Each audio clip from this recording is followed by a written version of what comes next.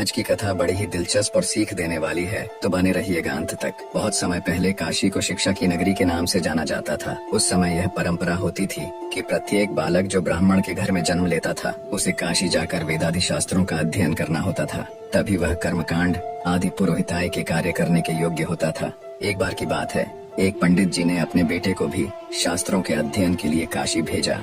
सभी शास्त्रों का अध्ययन करने के बाद पूरी तरह सब कुछ कर निपुण होकर बालक अपने गांव लौटा। बेटे की आने की खुशी में पंडित जी ने एक भव्य उत्सव का आयोजन करवाया, जिसमें ज्ञान चर्चा का विषय भी रखा गया। उसमें नए पंडित जी को शास्त्रोक्त तरीके से ग्रामवासियों की समस्याओं का समाधान करना था। सभी लोगों ने तरह तरह के प्रश्न पूछे। लगभग सभी प्रश्नों के जवाब नए नए शास्त्र झाता बने पंडित जी ने अच्छे से पूरी व्याख्या के साथ दिए। सभी गांव वाले उससे बहुत प्रभावित हो हुए और उसकी प्रशंसा करने लगे। इतने में एक बूढ़ा किसान सामने आया और उसने पूछा, महोदय, क्या मैं भी कुछ पूछूं? तो पंडित जी ने पूरे विश्वास के साथ कहा, हाँ हाँ, क्यों नहीं, ये सभा ये प्रोग्राम इसलिए तो है।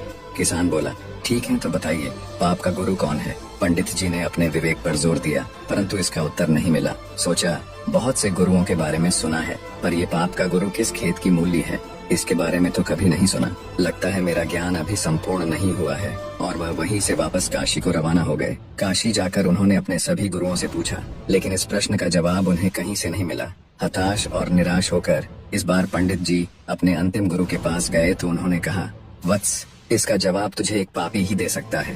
पंडित जी की आंखें आशा से चमक उठी। उन्हें लग रहा था कि अब उनको इस प्रश्न का उत्तर मिल जाएगा। उन्होंने तुरंत पूछा, ऐसा पापी कौन है और कहाँ मिलेगा?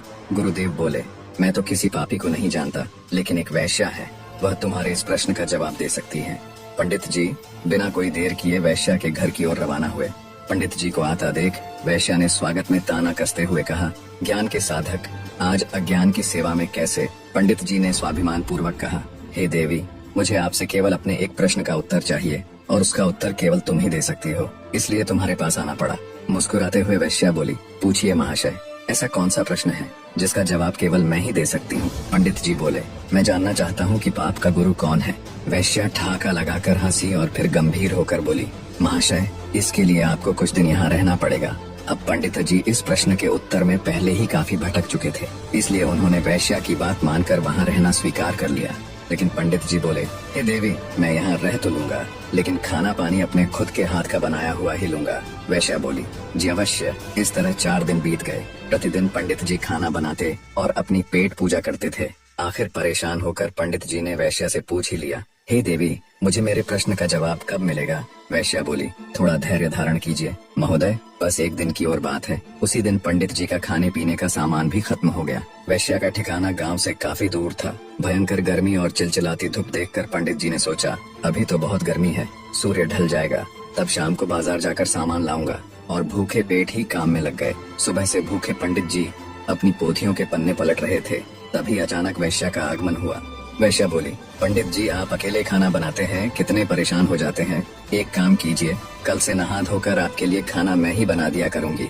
इससे मुझे भी आपकी सेवा का कुछ पुण्य मिल जाएगा और भोजन के साथ दक्षिणा में मैं आपको एक सोने की मुहर दूंगी। पहले तो पंडित जी ने आनाकानी की, किंतु मुफ्त का खाना और साथ में सोने की मुहर का विचार कर वैश्या का प्रस्ताव मान लिया। उसी दिन शाम को वैश्या ने तरह तरह के पकवान बनाए और उसकी सेवा में उपस्थित हुई।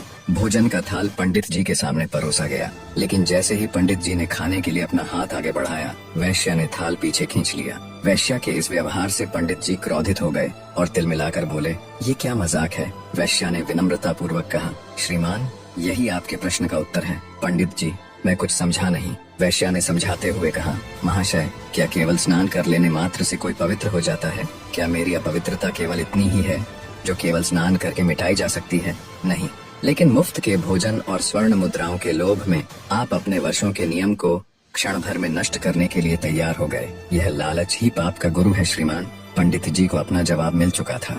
निष्कर्ष, ये लोभ ही है जो हमारी पवित्रता को नष्ट करता है। अब वो किसी भी रूप में हो सकता है, धन दौलत, चाहना आदि आदि। कहा गया है, ये लोभ कोई छोटी चीज नहीं बल्कि काल का पुत्र है, इसलिए इससे जो बच गया वो पार उतर गया।